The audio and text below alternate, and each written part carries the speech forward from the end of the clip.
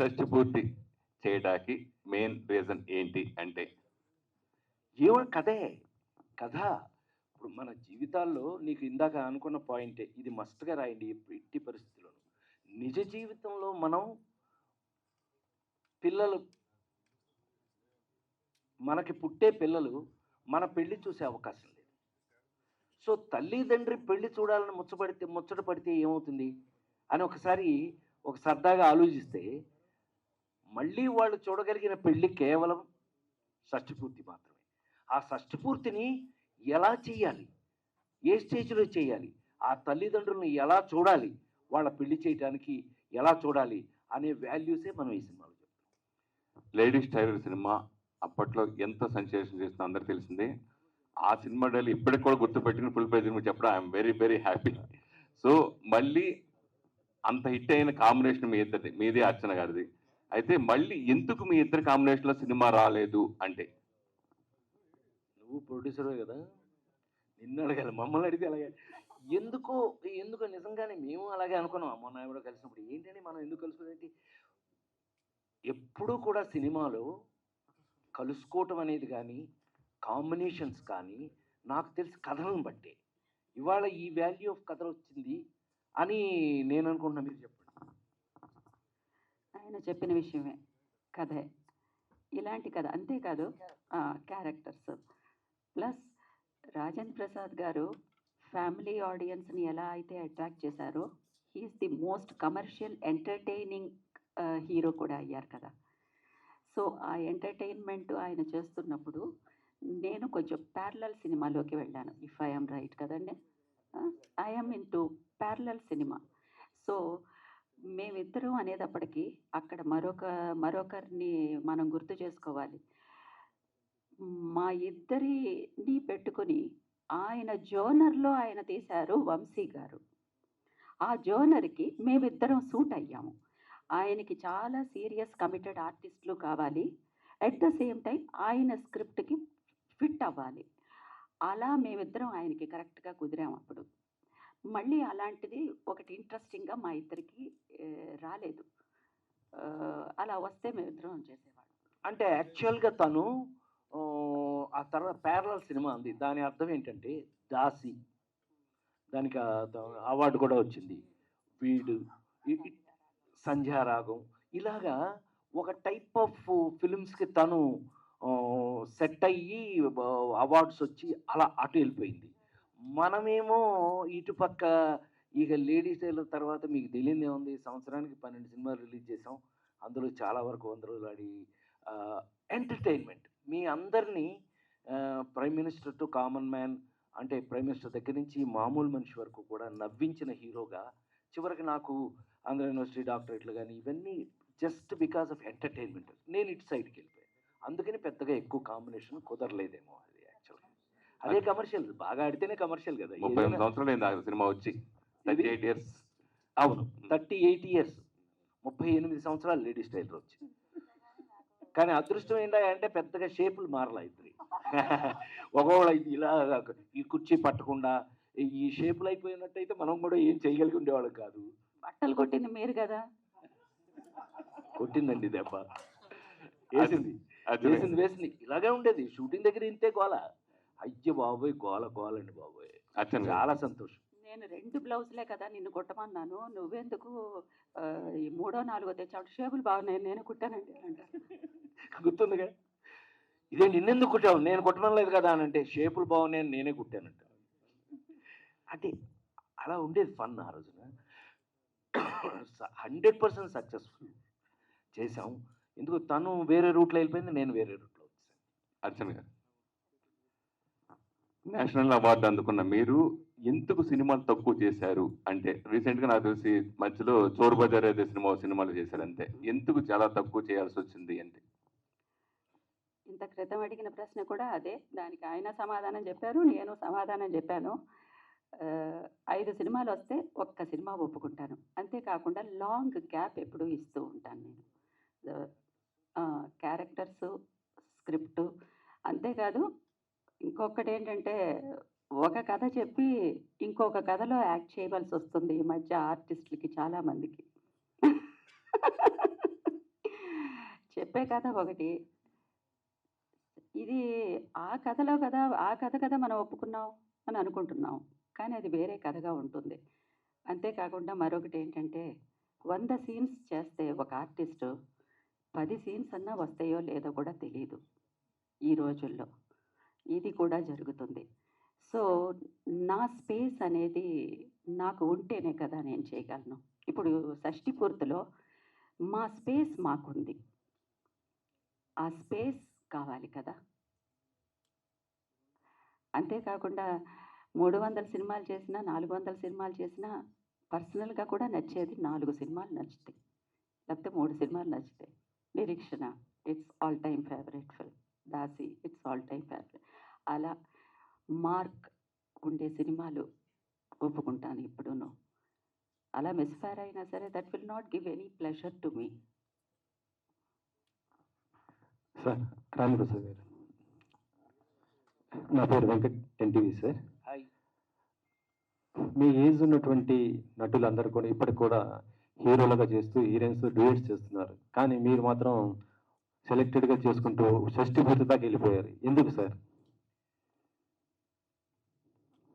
జనరల్గా చాలామంది ఏమనుకుంటారంటే ఐ జస్ట్ సెలెక్ట్, అదంతా బుల్షిట్ కింద లెక్క. నాకు సంబంధించిన మనకొచ్చే అవకాశాలండి. నేను ఎప్పుడు ఏం నమ్ముతానంటే మనకంటే మనకు వచ్చిన అవకాశం గొప్పది. ఆ నలుగురు లాంటి క్యారెక్టర్ నాకు రాలేదనుకోండి, నేను చేయగలిగింది ఏముంటుంది? ఇప్పుడు లేడీస్ టైలర్ చేసిన వాడు ఆ నలుగురు చేశాడా అని ఎవడన్నా ఫారిన్ నాడికి ఎవరికైనా చూపించండి ఆ 2 సినిమాలు, వాడెవడో వీడెవడో అంటారు. అంత వేరియేషన్స్ మనకి అవకాశాలు రావడం, బహుశా నాకు తెలుసండి, నాకు వచ్చిన అవకాశాలే గొప్పవి నాకండి. ఈ రోజు వరకు కూడా మీరు చెక్ చేస్తే కనుక, ఓ పక్క మొన్న కల్కి చూసుంటారు. కల్కిలో నేను ఆ క్యారెక్టర్ చేయవలసి వచ్చింది. Because it's a special, something special. Mahanati act చేసిన తర్వాత నాగశ్విన్ నాకు he has become a very close to me. ఎంత లవ్లీగా ఫ్రెండ్ అయిపోయాడు అని అంటే మీ మీదే ఓపెన్ చేసుకుంటాను నేను అనుకుని, ఒక టిపికల్ క్యారెక్టర్. సో మనకి యాక్టర్గా నాకేమైపోయిందంటే, ఇప్పుడు యాక్టర్గా నా కోరికలు, నా ఫ్యాషన్స్ కన్నా ఇప్పుడు నాకు ఇవాళున్న ఈ ఈ జనరేషన్ డైరెక్టర్స్, రైటర్స్ వాళ్ళు రాసేవి నా మీద నేను చేయాల్సి వస్తాను. అంటే కామెడీ పరంగా చూస్తుంటే మీకు హిట్లర్ అప్పుడు కూడా మీకు అంత స్థాయి, హీరో స్థాయికే ఉంది కదా. కానీ అంటే అందరూ హీరోలు అవుతున్నారు, మీరు మాత్రం ఇలా ఎందుకు చేస్తున్నారు? అందరూ ఇలాగైతే ఇవి చేసేవాళ్ళు ఎవరు? అందరూ అవే చేస్తే ఇవి చేయడానికి ఎవరో ఒకళ్ళు ఉండాలి కదా. థ్యాంక్ యూ వెరీ మచ్ నన్ను గమనించినందుకు, నన్ను గుర్తుపట్టినందుకు. ఎందుకనంటే నాకు రెస్పాన్సిబిలిటీయే ఫీల్ అవుతున్నాను sir, to be very frank. నేను ఇది నా రెస్పాన్సిబిలిటీ అనే ఫీల్ అవుతున్నాను నేను. ఇప్పుడు మీరు Julayi, son of Satyamurthy, Prema, Nannaku Prematho, F2, ఏదో ఓ బేబీ, ఇలాంటి సినిమాల్లో ఆ క్యారెక్టర్లు ఎవరు చేస్తారు? తమిళ్ హీరో సూర్య అని, తమిళ్ హీరో సూర్య అతను డైరెక్టర్. సార్ ఎలాగ యాక్ట్ చేశారు సార్ మీరు అన్నాడు ఓ బేబీ సినిమా చూసి. సో ఓ బేబీ సినిమా అలాంటి క్యారెక్టర్స్ సంథింగ్ స్పెషల్ అని నా నా ఉద్దేశం. అంటే మీ బట్టి వాళ్ళు మీలాగే మన వాళ్ళు అందరూ అడుగుతుంటారు, ఏంటన్నా క్యారెక్టర్లు, అసలు నువ్వే హీరో అని. నీ ప్రేమ ఉంటే ఉంచుకో మనసులో. ఆ క్యారెక్టర్ చేయడానికి మనం ఉండాలి, ఈ క్యారెక్టర్ చేయడానికి వాళ్ళు ఉంటారు. జనరేషన్స్ మారుతున్నాయి కదా. మారను మన responsibility as an matured actor అని నా నమ్మకం. ఇటీవల ఒక ఈవెంట్లో మీరు పుష్ప సినిమా గురించి మాట్లాడుతున్న సందర్భంలో అది ఎందుకు అలా రాంగ్ పోయింది? అంటే సోషల్ మీడియా ఎందుకు ట్రోల్ అవుతుంది? దాని గురించి ఏంటి సార్? అల్లు అర్జున్ మొన్న మేమిద్దరం కూర్చున్నప్పుడు తను అన్నాడు, అంకుల్ మీరు ఆ మాట అనలేదని నాకు తెలుసు అన్నాడు. పిచ్చోడా నేనే అన్నాను బాబు అన్నా. అయినా మీరు అన్నదే ఆ ఉద్దేశం. నేనన్న ఉద్దేశం అది కాదు, కానీ అది ఎవడికో పాపం ఇప్పుడు ఎట్లా తయారైందంటే, sorry to social media brothers, మీరేమనుకోవద్దు, ప్రతిదాన్ని వేరే నెగిటివ్ యాంగిల్లోనే చూస్తుంటే ఒకళ్ళని గట్టిగా పట్టుకుని అడిగాను నేను. బాగా చనువు ఉన్నా, ఇది మా సురేష్ లాగా చనువు ఉన్నాం అని గట్టిగా పట్టుకుని, ఏంట్రా చెప్పింది ఏంటి, ఏం రాసావు అని అంటే, అన్నయ్య టైటిల్ అట్లా పెట్టకపోతే ఎవడో చూడలేదు అన్నయ్య అన్నాడు. Thank you very much. నువ్వు చూడటం కోసం నువ్వు టైటిల్ని ఏముండదు దాంట్లో. నెగిటివ్ అంటే పర్టికులర్గా మన కేసు సంగతి, మిగతా వాటి గురించి నాకు తెలియదు. నేను పెద్దగా ఫాలో అయ్యేవాడిని కూడా కాదు అలాగా. నేను ఎప్పుడు కూడా ఎవరి గురించి కూడా నెగిటివ్గా మాట్లాడాలని అనుకునే మనిషిని కాదు. ఆ రోజున కూడా మనం మాట్లాడింది మీకు బాగా గుర్తుండి ఉంటుంది. ఇప్పుడు హీరోయిజం అని అంటే కనుక లేడీస్ టైలర్ హీరోనా ఎదవా అన్నాను నన్ను నేనే. లేడీస్ టైలర్ ఈ రోజుకి ప్రపంచంలో ప్రతి వాళ్ళ ఇంట్లోనూ ఉన్న సినిమా కదా, అని ఎదవాన్ని నేను ఎలా అంటాను అని ఎవడో తీయలేదు దాన్ని పక్కకి. ఎందుకని నా మీద నేనే జోకేసుకున్నాను కాబట్టి. అప్పులప్పారావు ఉన్నాడు, వాడు హీరోనా? ఏమండి 10 మందిని కొట్టి వీడు పెద్ద హీరో కాదండి. నేను చేసిన క్యారెక్టర్స్ అన్నీ కూడా ఒక లేడీస్ టైలర్ కానీ, అప్పులప్పారావు కానీ, పేకాట పాపారావు కానీ, ఇంకోటి కానీ సమాజంలో మన చుట్టూ ఉన్న సమాజంలో మన పక్కనే ఉన్న క్యారెక్టర్స్. ఇవాళ షష్ఠపూర్తి ఏంటండి, మన ఇళ్లలో జరిగే 60వ సంవత్సరం పెళ్ళి షష్ఠపూర్తి అంటే అంతే కదా. ఇది కామన్ మ్యాన్ నుంచి తీసుకున్న హీరోల్ని నేను ఎక్కువగా హీరోగా యాక్ట్ చేయడానికి కుదిరింది. అలా కుదరటం వల్ల నేను అందరి మధ్యలోనూ, ప్రతి ఇంట్లోనూ, ప్రతి ఫ్యామిలీలోనూ ఒక మనిషిని అయిపోయాను అని చెప్పడం జరిగింది. చెప్తే తను నవ్వేశాడు. అల్లు అర్జున్ కానీ ఆడేవాడో రాశాడు అని అన్నాడు. రాసినాడు ఆనందపడి ఉంటాడు కదా, కానీ తర్వాత ఎందుకన్నా అందరూ చెప్తున్నారు తొక్కేశారు.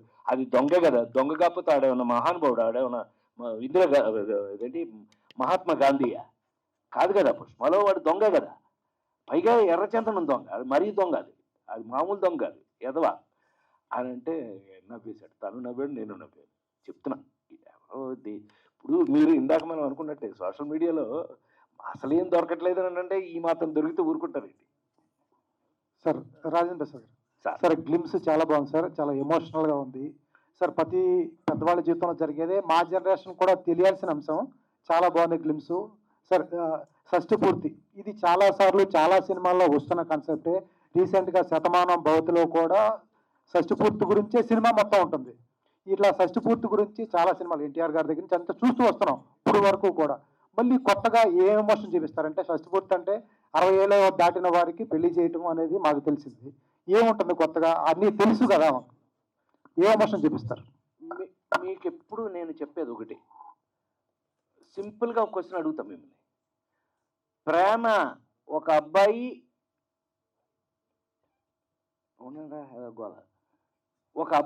ఒక అమ్మాయి ప్రేమించుకోవటం కదా ప్రేమ అంటే. మరి ఇన్ని వేల సినిమాలు ఎందుకు వచ్చినాయి? అలాగే షష్ఠపూర్తి యాంగిల్ వేరే. ఏ యాంగిల్లో తీసుకున్నామో సినిమా చూస్తే మీకు తెలుస్తుంది. షష్ఠపూర్తి మీరు చెప్పినట్టు అన్ని షష్ఠపూర్తిలో ఉంటాయి. 60వ సంవత్సరం దాటితే షష్ఠపూర్తి చేసుకోవటం అనేది మన ఇళ్లలో ఉన్న మనకున్నటువంటి సంప్రదాయం. అది అది అది షష్ఠపూర్తి. కానీ ఈ షష్ఠపూర్తి ఏమి షష్ఠపూర్తి, అదే ఇంట్రెస్టింగ్ సబ్జెక్ట్. ఇప్పుడు మనం రేపు చూడవలసిన సబ్జెక్ట్లో అదే. ఏమిటి వీళ్ళిద్దరు మనకి షష్ఠపూర్తి ఇంత ఇంట్రెస్టింగ్గా ఆ కొడుకు అనేవాడు ఎందుకు షష్ఠపూర్తి మీద అంత ఖచ్చితంగా ఉన్నాడు, అది మీరు సినిమా చూడవలసింది. నేను చెప్పే తెలుసుకుని మొత్తం కథ చెప్పాల్సి వస్తుంది. రూపేష్ గారు సార్, ఒక యంగ్ ప్రొడ్యూసర్గా అంటే యూత్ని టార్గెట్ చేసే సినిమాలు చేయకుండా ఒక ఫ్యామిలీ ఆడియన్స్ని ఒక మెసేజ్ ఇచ్చే సినిమా చేయాలనే ప్రయత్నం వెనక ఏంటి కారణం? మీకు ఈ సినిమా యూత్ని అట్రాక్ట్ చేయదని మీరు అనుకుంటున్నారండి? అంటే జనరల్గా ఇప్పుడంతా యానిమల్ మార్కో ఇట్లాంటి సీన్ కనిపిస్తే ఒక టన్నులో కొద్ది రక్తం కనిపిస్తుంది. అలాంటి సిచ్యువేషన్లో ఈ సినిమా తీయడానికి కనుక కారణం ఏంటండి? డెఫినెట్లీ ఫస్ట్ అదే అండి. బట్ యూత్కి అట్రాక్ట్ చేయదు, లేకపోతే అలాంటి సిచ్యువేషన్ మీరు జస్ట్ టైటిల్ పట్టుకొని అనుకుంటున్నారు తప్ప అలాంటిది ఏం లేదు. సినిమాలో చాలా ఎలిమెంట్స్ ఉన్నాయి, యూత్ అట్రాక్ట్ అవుతారు. ఇందాక రాజేంద్ర ప్రసాద్ గారు చెప్పినట్టు అందరూ పెద్దవాళ్ళు. ఒక్క పర్టికులర్ ఏజ్ గ్రూప్ అనే సినిమా కాదండి, ఆల్ ఏజ్ గ్రూప్స్ ఫిల్మ్ ఇది. అయితే ఇప్పుడు ఒక ప్రొడ్యూసర్గా సినిమా తీయడమే ఈ రోజుల్లో చాలా కష్టం. దాంతోపాటు మీరు డబుల్ యాక్టర్ గాను ప్రొడ్యూసర్ గాను 2 బాధ్యతలు నిర్వహించడం వెనుక రీజన్ ఏంటండి? మెయిన్ రీజన్ కాదండి, మెయిన్ కథే. ఇప్పుడు కథ అంత బాగున్నప్పుడు ఈ కథ ఎవరో సార్ నాకు కథ చెప్పినప్పుడు కూడా వేరే ప్రొడ్యూసర్స్ ఉన్నారని చెప్పారు డైరెక్టర్ గారు. సో నేను ఎందుకు లేదు, నేను చేస్తాను ప్రొడక్షన్ కూడా యాక్ట్ నేను చేస్తాను, మీకు ఓకేనా అంటే తప్పకుండా ఓకే సార్ అన్నారు.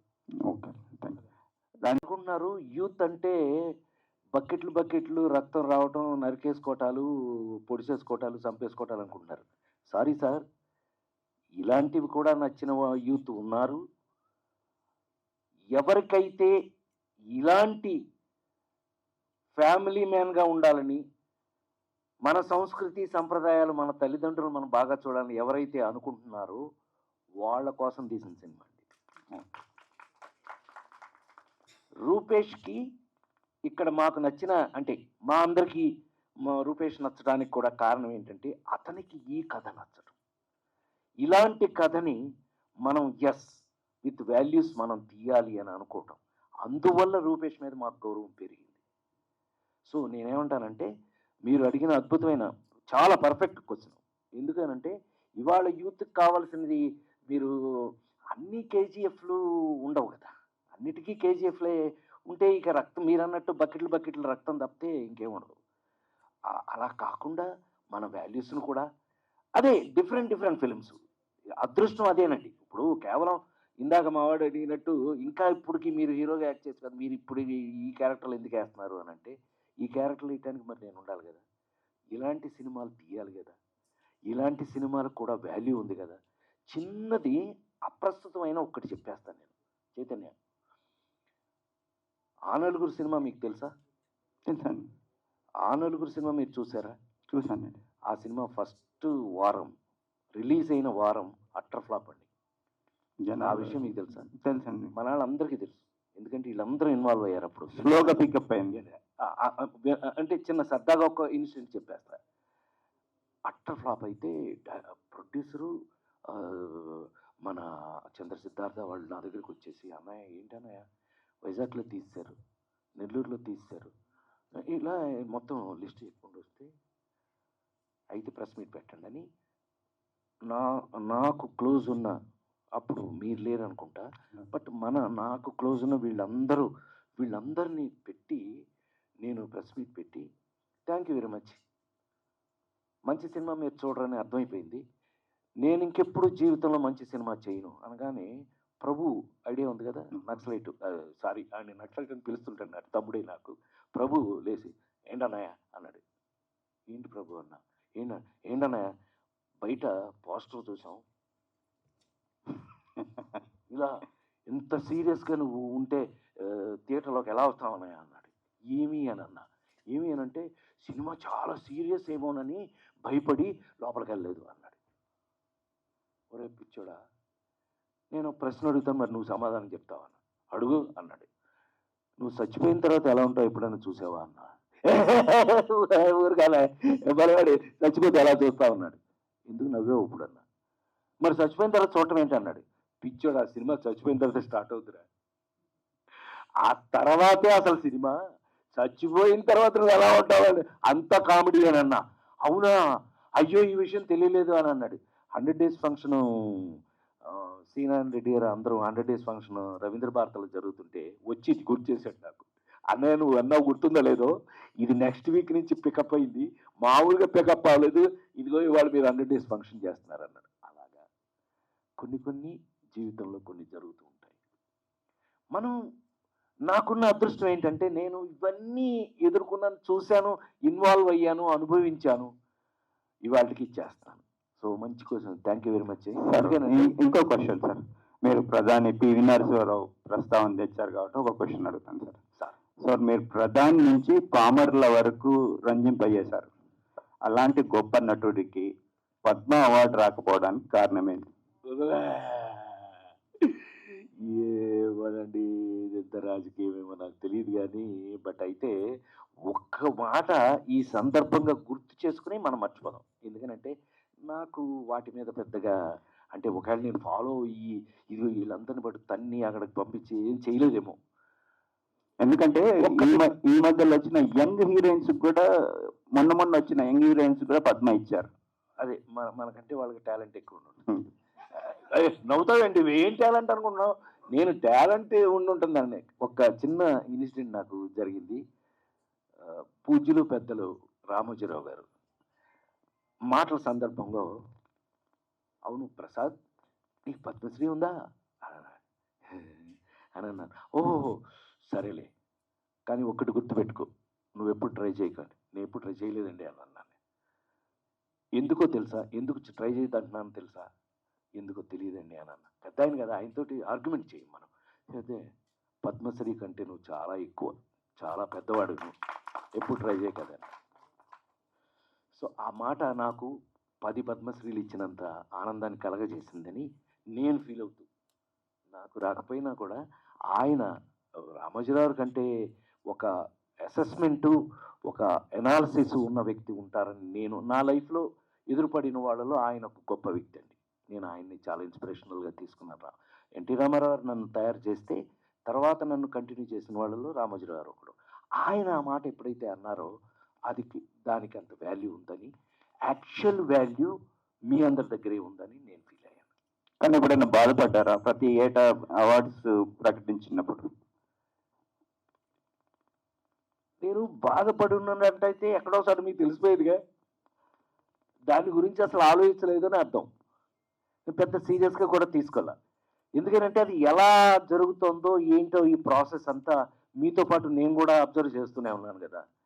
చూస్తూ ఉంటే ఇది వేరే రకంగా ట్రీట్ చేయాలేమో, వేరే రకంగా దాన్ని తీసుకెళ్లాలేమో అని కొంత అవగాహన అయితే నాకు వచ్చింది. అందుకని నేను ఎప్పుడు ట్రై చేయలేదు. Thank you. Thank you very much. Ma'am, ladies తర్వాత చాలా గ్యాప్ తర్వాత మళ్ళీ రాజేంద్ర ప్రసాద్తో పేరు కాబోతున్నారనే విషయం చెప్పినప్పుడు మీ ఫీలింగ్ ఏంటి, రాజేంద్ర ప్రసాద్ గారి ఫీలింగ్ ఏంటి? ముందు మీ ప్రశ్నలు అన్నీ చాలా చక్కగా ఉన్నాయి. అందులో చాలా ఒక సీరియస్నెస్ ఉంది, ఒక కమిట్మెంట్ ఉన్నాయి మీ ప్రశ్నల్లో. మీ ప్రశ్నలన్నిటికీ చాలా సంతోషం, చాలా థ్యాంక్స్. ముందు నాకు సంబంధం ఉన్నా లేకపోయినా we all are one family, okay, under the cinema roof. So Rajendra Prasad గారు ఇష్టపడినా ఇష్టపడకపోయినా నేను ఒక విషయం మాత్రం చెప్పాలి ఇప్పుడు మీ ప్రశ్న కంటే ముందు. ఇండియన్ సినిమా హిస్టరీలో తప్పకుండా మన సౌత్ ఇండియన్ సినిమాకి కొన్ని పద్మశ్రీ అవార్డులు రావాలి, తప్పకుండా రావాలి. అందులో రాజేంద్ర ప్రసాద్ గారు లాంటి ఆర్టిస్ట్కి ఆయన వద్దు అనుకున్నా సరే రావాలి. ఎందుకంటే it is the Indian cinema హిస్టరీలో ఉండాలి కదా, మన తర్వాత జనరేషన్కి కదా. దాని ప్రోటోకాల్ ప్రకారం మన గవర్నమెంట్ వచ్చి ఒక సజెషన్కి తీసుకురావాలి సెంట్రల్ గవర్నమెంట్కి. అది అఫీషియల్గా జరగవలసినవి కొన్ని ఉంటాయి. It is something like this. ఎంతో పెద్ద రెమ్యూనరేషన్ తీసుకున్నా ఒక ఆల్ ఇండియా రేడియోకి వెళ్ళి ఒక చిన్న స్కిట్ ఏదన్నా చేస్తే వాళ్ళ రెమ్యూనరేషన్ 100లోనో 1000లో మాత్రమే ఉంటుంది. మనం 1 lakh తీసుకున్నామంటే 150 రూపీస్, లేకపోతే 1500 రూపీస్, ఇలాగే ఉంటుంది. There protocol is that. So అది సజెషన్లోకి అఫీషియల్గా మీరందరూ చాలా పెద్దవాళ్ళు, ఇప్పుడు ఉండే గవర్నమెంట్ ఒక సజెషన్లోకి తీసుకుని వెళ్ళి గవర్నమెంట్లో, సెంట్రల్ గవర్నమెంట్లో అది పెట్టాలి అనేది నా ఉద్దేశం. అండ్ ఏ ఆలోచన లేకుండా, అసలు సెకండ్ థాట్ లేకుండా ఆయనకి, రాజేంద్ర ప్రసాద్ గారికి తప్పకుండా పద్మశ్రీ అనౌన్స్ చేస్తారు. మీకు కూడా నిరీక్షణ, దాసి ఇలాంటి సినిమా ఆయన్ని వదిలేయండి. ఇక కొంతమంది ఆర్టిస్ట్కి వాళ్ళు they will keep on doing their work and their job, they are so committed. అది జరుగుతుంది, నేను చెప్పాలి. Because I have been to so many juries. చాలా నేషనల్ అవార్డ్ కమిటీ జ్యూరీస్కి వెళ్ళాను, స్టేట్ అవార్డ్ కమిటీ జ్యూరీస్కి వెళ్ళాను. కాబట్టి ఇది నాకు కొంచెం తెలుసు. అందుకనే మీరందరూ కూడా చేయాలి. మీ అందరి యొక్క all your hand should be there. Okay, మీరు అడిగిన ప్రశ్న చెప్పండి ఏంటి. చాలా కాలం తర్వాత సార్తో it was a really thrilling experience. చాలా 100 days దాటి ఆడిన సినిమా లేడీస్ టైలర్. ఆ టైంలోనే the kind of commitment he had, the love he had for cinema, the passion he had for cinema, the sensibilities he had for cinema, and how sensitive he is. అది చాలా dimensions ఉన్న character అయింది. ఒక normal common heroine నేను అంతే ఆ సినిమాలో. కానీ చాలా డైమెన్షన్స్ ఉన్న క్యారెక్టర్ రాజేంద్ర ప్రసాద్ గారిది లేడీస్ టైలర్లో. So it was one of the popular and very very entertaining film. I'm very happy with that film. నేను ఇందాక చెప్పినట్టు నా ట్రాక్ కాస్త మారింది. అంతేకాకుండా నేను నా మైనస్లు ఏమిటి, నా ప్లస్లు ఏమిటి అని తెలిసిన ఆర్టిస్ట్ని. నాకు makeup is a very big problem to me, because makeup ఎక్కువ వేసుకోలేను. కానీ కమర్షియల్ ఆర్టిస్ట్ మేకప్తోనే ఎగ్జిస్ట్ అవుతారు, అది తప్పులేదు కదా. So what ever suits me, I should do that. I should be aware of that. I should be really aware of నేనేం చేస్తే బాగుంటుంది, నేనేం చేయకపోతే బాగుంటుంది అనే ఒక అవగాహనతోనే కథ చెయ్యాలి. అందుకనే నాకు ఏది సూట్ అవుతుందో అది మీరి ఏదో ఎప్పుడైనా ఒక రాంగ్ ఫిల్మ్స్ అనేవి పడుతూనే ఉన్నాయి. ఒకటి అనుకుని ఇంకొకటి వెళ్ళడం, ఏదో అలాంటివి జరుగుతూ ఉన్నాయి. సినిమా కథ వినడం, ఇంకొక కథ చేయడం, ఆ కథలో కొంచెం కూడా ఇన్వాల్వ్మెంట్ లేకుండా బయటికి రావడం, ఏ ఇష్యూస్ లేకుండా ఇలాంటివి జరిగాయి. కానీ which ever suits me, I should be able to do that. ముందు నన్ను నేను ఇష్టపడాలి కదా. ఒక సినిమాలో నా క్లోజప్ నేను చూసిన వెంటనే, నేను యాక్ట్ చేసిన వెంటనే నన్ను నేను కన్విన్స్ అవ్వాలి కదా. మన మనసాక్షి అనేది ఒకటి ఉంది కదా. So I'm with all my conscience. Thank you for the question. ఇప్పుడు 38 ఏళ్ళ నాడు చూసిన రాజేంద్ర ప్రసాద్ గారికి ఇప్పటికి ఏ మార్పులు ఉన్నాయో అని గ్రహించారా? అందులో ఆయన అప్పుడు చిలిపిదనం, కొంటిదనం, స్పాంటేనియస్ ఇవన్నీ గతంలో మీరు ఆయనలో నటనాపరంగా ఏదన్నా తేడాలు కానీ, ఆయన వ్యక్తిగతంలో మీరు ఏమి బేరీ చేసుకున్నారు ఆయనలో? ఈ అబ్బాయి ఉన్నాడే, ఈ డైరెక్టరు, ఈ పవన్ ప్రభ నాతో లంగావణి వేయించాడు. ఇక ఆయనతో ఒక ఒక ఒక మూడు చేంజ్ ఓవర్స్ ఉన్నాయి ఈ సినిమాలో. 26, 46, 56, 60 కదండి, నాలుగు 3 జనరేషన్స్. సో ఎందుకో మేము మూడింటికిను కొంతవరకు ఆ లోపలికి వెళ్ళాము. అడిగింది కరెక్టే. అయితే ఆ లోపలికి వెళ్ళాము మేము. I really don't know, it's a very pleasant experience. అమ్మా మీరు లంగావాణి వేసుకోవాలి అని అన్నాడు. నేను అన్నదండం మానేశాను. విపరీతమైన డైట్లో ఉన్నాను, నీరసం వచ్చేస్తుంది, తను షూటింగ్ పెట్టుకోడు కాస్త కొద్ది రోజుల పాటు. సో ఇలాంటివన్నీ జరిగాయి. The thing is we are fit actually, whether it is we are fit, we wanted to be fit. ఆ ఫిట్నెస్ అనేది ఒక ఆర్టిస్ట్కి చాలా ఇంపార్టెంట్.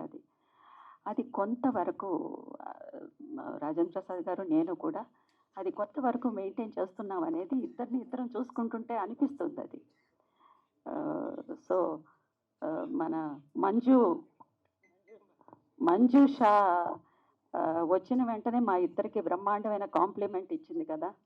ఇప్పుడు కొత్తగా పెళ్ళైన వాళ్ళని చూస్తున్నట్టు ఉంది అని చెప్పేసి ఒక కాంప్లిమెంట్ ఇచ్చింది కదా. So that reaction is giving lot of spirit to both of us, and we may become more young and much more younger also. Pavan గారు, డైరెక్టర్ పవన్ గారు ఫస్ట్ నా దగ్గరికి వచ్చి చెప్పినప్పుడే అర్చన గారు అని నేను ఫస్ట్ షాక్ అయ్యి పవన్ని అడిగా, పవన్ ముందు అసలు ఆవిడ ఎలా ఉన్నారో చూడండి. ఎందుకంటే మగవాళ్ళకి ఆడవాళ్ళకి ఉన్న తేడా ఏంటంటే, మగవాళ్ళం వేరు జనరల్గా. ఎప్పుడైతే లేడీస్ అనేటప్పటికి ఏజ్తో సహా మార్పులు బోల్డన్ని వచ్చేస్తూ ఉంటాయి ఒంట్లో. మరి ఆవిడ ఎలా ఉందంటే, భలే వాళ్ళు సార్, ఇది గూన్ సార్, లేటెస్ట్ ఆవిడ ఫోటో అని చూపించాడు. ఇంకా ఆలోచన ఎందుకు మనకి? ఎందుకనంటే పర్టికులర్గా మనకి ఈ సినిమాలో మనకి ఫ్లాష్ బ్యాక్కి వెళ్తున్నాం. యంగ్ కావాలి, మోస్ట్ ఇంపార్టెంట్ సీన్ అది. మిడిల్ ఏజ్ కావాలి, ఈ షష్టిపూర్తి కావాలి. 3 స్టేజెస్ మనం అనుకుంటున్నాం కదా. మరి ఆవిడికి చెప్పారా అంటే, పర్ఫెక్ట్ సార్, ఎవ్రీథింగ్ ఈజ్ పక్కా. మాట్లాడడానికి వెళ్తున్నాం, మీకు చెప్పి వెళ్దాం అని అంటే, వెళ్ళండి అయ్యా బాబు, ముందు వెళ్ళి మాట్లాడండి, చాలా గొప్ప కాంబినేషన్ కదా అది, గొప్ప సక్సెస్ఫుల్ కాంబినేషన్, పైగా వెళ్ళి మాట్లాడండి, ఆవిడతోటి మాట్లాడండి అంటే వెంటనే వెళ్ళేసి వచ్చాడు. వచ్చి సార్ ఓకే సార్ అన్నాడు. సో నేను ఫస్ట్ అడిగింది ఏంటంటే ఆవిడ హెల్త్ ఎలా ఉంది, ఆవిడ ఆహార్యం ఎలా ఉంది అని అడిగాను అనమాట. నేను ఫిట్, పర్ఫెక్ట్ ఫిట్, మమ్మల్ని చూస్తున్నారు కదా. సో మేము కొంచెం ఫిట్నెస్ దారులం కాబట్టి కొంచెం బాగానే మెయింటైన్ చేసాం. సినిమాలో కూడా you will see that changes, 3 changes మీరు చూస్తారు, పర్టికులర్గా చేంజెస్. డైరెక్టర్ పవన్ గారు, పోస్టర్ చూస్తుంటే శతమానం భవతి రెఫరెన్స్ తీసుకున్నట్టు అనిపిస్తుంది, బ్యాక్ సైడ్ పోస్టర్ చూస్తుంటే. అవునండి, I don't think so sir, but thank you. ఒక సక్సెస్ ఫిలింతో కంపేర్ చేశారు. డెఫినెట్లీ అండి, అంటే షష్టిపూర్తి అన్నది మీరు ఇది టైటిల్ వేసినందుకు మీకు అలా అనిపించి ఉండొచ్చేమో, బట్ యాక్చువల్గా కొడుకు కోడలు అన్నది మీకు రివీల్ చేయలేదు నేను. మీరు ఇప్పుడు గ్లిమ్ చూశాక మీకు అది తెలిసి ఉంటుంది. But definitely it is emotional bonded poster అండి. అది మీరు చూస్తే జాగ్రత్తగా. షష్టిపూర్తి అన్నది రాజేంద్ర ప్రసాద్ గారు చాలా బాగా చెప్పారు, కానీ కొంతమంది చేయాలనుకున్నా సరే అందరికీ అది కుదరదండి. దానికి అదృష్టం ఉండాలి. మనం డబ్బులున్నా, సమయం ఉన్నా, మన తల్లిదండ్రుల గురించి మనకు తెలుసున్నప్పటికీ కూడా వాళ్ళిద్దరు ఉంటేనే అది చేయగలం. So this speak much about it అండి. షష్టిపూర్తి అని టైటిల్ పెట్టారు, కానీ ఇందులో 2 లవ్ స్టోరీలు చూపిస్తున్నట్టు అనిపిస్తుంది. ఎగ్జాక్ట్లీ అండి. ఇప్పుడు లేదు, అదేనండి, ఇప్పుడు మీరు ఏదైతే అడిగారో లవ్ స్టోరీ అని, మీరు పోస్టర్ చూసి అలా ఉందని మీరు అనుకున్నారు, అదే చెప్తున్నానండి మీకు. డెఫినెట్లీ అండి, ఇప్పుడు మన మదర్ ఫాదర్ లవ్ లేకపోతే మనం లేము. సో వాళ్ళ లవ్ నుంచే మనం వస్తాం. So definitely our mother father will have a love story. Hope మనకు తెలియకపోవచ్చు. అంటే వాళ్ళిద్దరిని ఎంగేజ్లో చూపించడానికి లేడీస్ టైలర్ రెఫరెన్స్ ఏమైనా తీసుకున్నారా? అబ్బే అస్సలు లేదండి. ఎందు గురించి అంటే లేడీస్ టైలర్ అన్నది ఒక ఏజ్తో జరిగే థింగ్ అండి. అది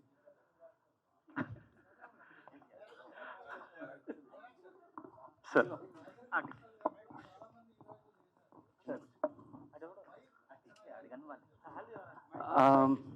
డెఫినెట్గా అండి. Yes sir, yes sir. Can you repeat the question? Rajendra Prasad తోటి చాలా మంది హీరోయిన్లు చేశారు, వై అర్చన గారు అంటే ఏం చెప్తారు? అర్చన గారు మాత్రమే అంటే బేసిక్గా ఇప్పుడు ఈయన అడిగినట్టు we have a 4 stages in the film అండి. అంటే నేను 1940కి తీసుకెళ్ళాలి, మళ్ళీ 60కి తీసుకురావాలి, మళ్ళీ 80కి తీసుకెళ్ళాలి, 60కి తీసుకురావాలి. సో ఇన్ని షేడ్స్ ఉన్నాయి. అంటే బేసిక్గా I want an top performer in the film, because సార్ని ఆపోజిట్లో ఫేస్ చేయాలి అంటే other person also be like same. ఇందాక నేను మీకు అదే చెప్పాను, నా ఫస్ట్ థ్యాంక్స్ రాజేంద్ర ప్రసాద్ గారు, మళ్ళీ నా ఫస్ట్ థ్యాంక్స్ అర్చన గారు అని. సెకండ్ అన్నది లేదండి, బికాజ్ వీళ్ళిద్దరు కపుల్ సినిమాలో. So that equal balance should be there. So అది రాసుకున్నప్పుడే నేను చెప్పానండి, sorry I'm telling to you, రాస్తున్నప్పుడే చెప్పానండి నేను సార్కి, సార్ ఇలాగా మీ ఆపోజిట్ ఏదైతే ఉంటుందో అది ఇంకా స్ట్రాంగ్గా ఉంటుంది సార్. సో అది ఫేస్ చేస్తూ మీరు నలిగిపోయే థింగ్స్ కొన్ని ఉంటాయి సార్ అన్నాను. Then he said, Pavan I loved it, I'm waiting for that అన్నారు. So that's the reason Archana ma'am is here. Thank you.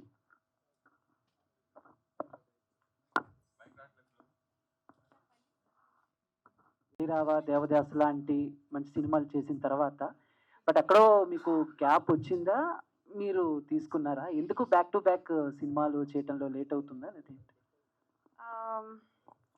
Unfortunately, after Devdas, in Telugu, basic Telugu, I did not have any theatrical release, of course. But I won't say that I was away from Telugu film industry. I did Parampara, I did Meet Cute, I did Bench Life. We did Bench Life. And Hyderabad is home. So I was never away.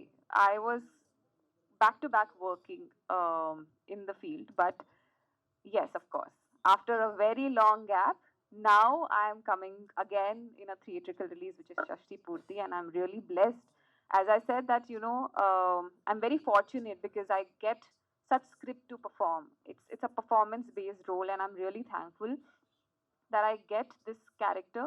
It has it is a powerful character, I would say. It is not a random heroine character, and I'm really very thankful to Pavan Garu that he has written such powerful, female characters, either me or Archana Garu. So it's amazing to play such characters, and I'm really very thankful. Because it's my mom's name. Pawan కూడా ఉంది, పవన్ నా పేరండి. అది పవన్ కళ్యాణ్ కూడా ఉంది, కలిసి వచ్చిన ఇద్దరు. That's really sweet of you, but not like that sir. Actually ప్రభా అన్నది మా మమ్మీ నేమ్ అండి అది. సో నేను దాని స్క్రీన్ నేమ్ యాడ్ చేశాను ఆ పేరు అని. 1000 సినిమాలకు పైగా సంగీత దర్శకత్వం వహించిన ఇళయరాజు గారిని ఈ సినిమాకి చూస్ చేసుకోవడం. సార్ అదే సార్, ఇప్పుడు కొన్ని సినిమాలకి కొన్ని పేర్లు చాలా అవసరం సార్. మీరు ఒక సాగర సంగమం, ఒక స్వాతిముత్యం, ఒక స్వర్ణకమలం, ఇలాంటి ఫిలిమ్స్ చూసినప్పుడు మీకు ఎలాంటి బ్యాక్గ్రౌండ్ స్కోర్ కావాలి, ఎలాంటి పాటలు కావాలి, ఎలాంటి సాహిత్యం కావాలని మీరు అనుకుంటారు. నేను షష్టిపూర్తి రాసేటప్పుడు కూడా that's what my feel exactly. మీరు చెప్పిన సినిమాలు చాలా సినిమాలకు అవార్డులు కూడా బాగా వచ్చాయి. ఎస్ అలాగే ఇందాక శతమానం భవతి కూడా చాలా అవార్డులు వచ్చాయి. Yes. సో ఆ ఎక్స్పెక్టేషన్ ఈ సినిమాకి మీరు ఉందా? సార్ డెఫినెట్గా సార్, బికాజ్ ఏ ఒక్క క్రాఫ్ట్లోని కూడా ఇది రాదేమో అన్న అనుమానం నాకు లేదండి. Because Thota sir is one of the finest technician in Indian cinema. So తోటతండి గారు దగ్గరికి వెళ్ళి నేను సేమ్ ఇలాగే మీరు అడిగిన క్వశ్చన్ లాంటి రాజా గారు లాంటి దానికి నేను వెళ్ళి అడిగాను ఆయన్ని. Sir I want art should be like this, it should be very natural అని. At the same way comes to the lyrics, CP sir కానీ, రెహమాన్ సార్ కానీ, మా అదృష్టం కొద్ది కీరవాణి గారు కానీ, in any genre we will definitely get 1 award sir. That's my wish, నా కోరిక. చైతన్య సార్, మన ఆ నలుగురు సినిమాతోటి దాని తర్వాత ఎవరు చనిపోయినా ఆ పాట పెట్టడం, టీవీల్లో కూడా ఎవరు చనిపోయినా ఆ పాట పెట్టడం. సో ఈ షష్టిపూర్తి రిలీజ్ తర్వాత ఎవరు షష్టిపూర్తి చేసుకుని ఈ పాట పెట్టుకుంటారు అనుకుంటున్నారా? నేను నమ్ముతున్నానండి, పాట నచ్చినా నచ్చకపోయినా కూడా షష్టిపూర్తి మీద మనకు పాటలు లేవు. ఇది పూర్తిగా షష్టిపూర్తి పాట. షష్టిపూర్తి అంటే ఇందాక నుంచి మన అమ్మా నాన్నల పెళ్లి చూడడం కాదు, యాక్చువల్గా ఇక్కడ పిల్లలే అమ్మా నాన్నలకు మళ్ళీ పెళ్లి చేయడం, అది బ్యూటిఫుల్. ఇది దానికి ఇళయరాజా గారు ఇచ్చిన అద్భుతమైన ట్యూను, దానికి నా మనసులోని ఆనందమే, ఆయనకి పాట రాస్తున్న ఆనందమే దీనికి పల్లవి అయిపోయింది. అది చక్కగా అతుక్కుపోయింది షష్టిపూర్తికి. ఎక్కడ షష్టిపూర్తి జరిగినా ఆ క్యాసెట్లో ఈ పాట ఉండాల్సింది. చైతన్య గారు నమస్తే. చైతన్య గారు హియర్. నమస్తే అండి, దిస్ ఇస్ నమస్తే. Rani from Telugu 70mm. So first of all Ilaiyaraaja గారి కంపోజిషన్ అంటేనే అందరూ చాలా ఇష్టపడుతూ ఉంటారు. సో అలాంటిది మీరు ఆయన మ్యూజికల్లో ట్యూన్స్ రాయడం కావచ్చు, అంటే ఆయన ట్యూన్స్కి మీరు లిరిక్స్ రాసారా, లేదంటే మీ లిరిక్స్కి తగ్గట్టుగా ఆయన ఏమైనా ట్యూన్ చేశారా? లేదండి, ట్యూన్స్కే రాశాను. ఇళయరాజా గారిది ఒక స్టైల్ ఉంటుంది, చాలా వేగంగా జరగాలి ఆయన దగ్గర పని. అది ఎక్స్పీరియన్స్ చేశాను. వెళ్ళి మనం కూర్చోగానే ఆయన సిచ్యువేషను వింటారు, విన్న వెంటనే ఆయన ట్యూన్ ఇచ్చేస్తారు స్పాట్లోనే. మాకు అదృష్టవశాత్తు మేము విన్నది ఏంటంటే ఆప్షన్స్ ఉండవు, ఆయన పలికిందే రాయాలని మేము విన్నది. కానీ మేము ఎక్స్పీరియన్స్ చేసింది ఏంటంటే మాకు 2-3 ట్యూన్లు వినిపించి ఏది కావాలి అని మమ్మల్ని అడిగారు. ఆ చాయిస్ మాకు ఇచ్చారు ఆయన. ఆ ట్యూన్ సెలెక్ట్ చేసుకున్న వెంటనే వేగంగా రాసి ఇచ్చారు ఆయనకి. ఆ సౌండ్ని ఫాలో అవ్వాలి. ఆ సంగీతం అనేది చాలా ఇంపార్టెంట్ కదా, మాట దానికి అనుగుణంగా ఉండాలి. అది అంతే వేగంగా రాసిచ్చాను. దాదాపు రికార్డింగ్ అంతా కూడా ఉన్నాను. ఆయన కంపోజిషన్ ఎలా ఉంటుంది, ఆయన ఎక్కడెక్కడ ఇన్వాల్వ్ అయ్యి ఆయనే ప్లే చేస్తుంటారు, ఇవన్నీ మేము ప్రత్యక్షంగా చూసాం. ఆ సినిమాకి మొదటి పాట రాసి నేను వెనక్కి వచ్చిన తర్వాత ఆయన నన్ను మళ్ళీ పిలిచి విడుదల మొదటి భాగం పాటలన్నీ నాతో రాయించుకున్నారు. ఆ అదృష్టం నాకు ఈ షష్టిపూర్తి వల్లే కలిగింది. ఆల్ ది బెస్ట్ అండి. ఆకాంక్ష, యా తెలుగులో చాలా ఫిల్మ్స్ చేశారు మీరు. అండ్ రాజేంద్ర ప్రసాద్ గారితో కూడా బెంచ్ లైఫ్ చేయడం జరిగింది. సో అది వేరే జానర్, ఇది కంప్లీట్గా ట్రెడిషనల్ లుక్లో కనిపిస్తున్నారు. సో సార్తో స్క్రీన్ షేర్ చేసుకోవడం మళ్ళీ సెకండ్ టైం ఎలా అనిపిస్తుంది, అండ్ ట్రెడిషనల్ లుక్ కోసం ఎలాంటి వర్కౌట్ చేశారు?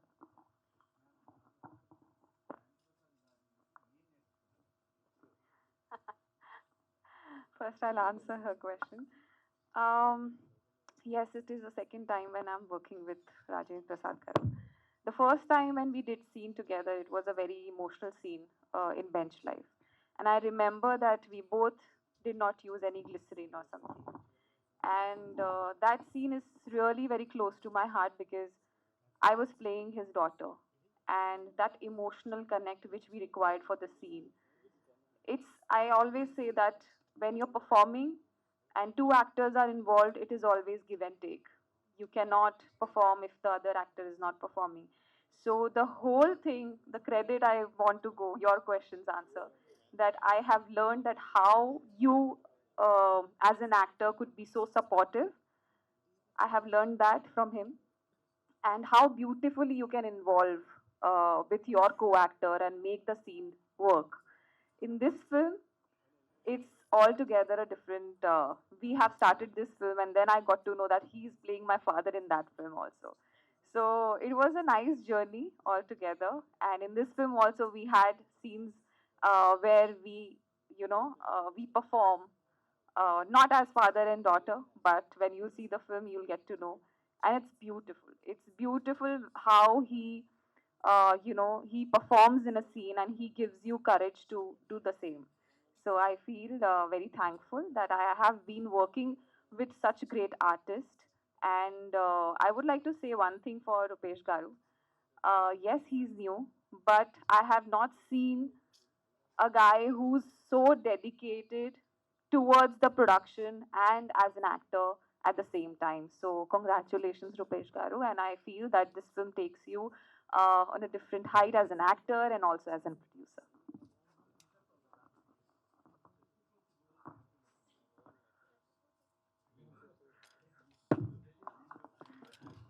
రిలీజ్ ముందు ఎలా పెడతారా? రిలీజ్ అవని సక్సెస్ అయిన తర్వాత పెట్టుకుందాం. అయిన తర్వాత ఎప్పుడు కనబడిపోవడం నీకు మామూలుగా అలవాటు. జనరల్గా మనకు అది లేదులే. మన బ్యాచ్ అంతా మనలాగా, మన బ్యాచ్ ఎప్పుడైనా కలుస్తాం కదా. సో అట్లా let me wishes, all your great wishes, let us hope the cinema in a big way, success in a big way. We will all meet and 100% we'll celebrate the success of Sashtapurti. Thank you so much. I think ఈ సినిమాకి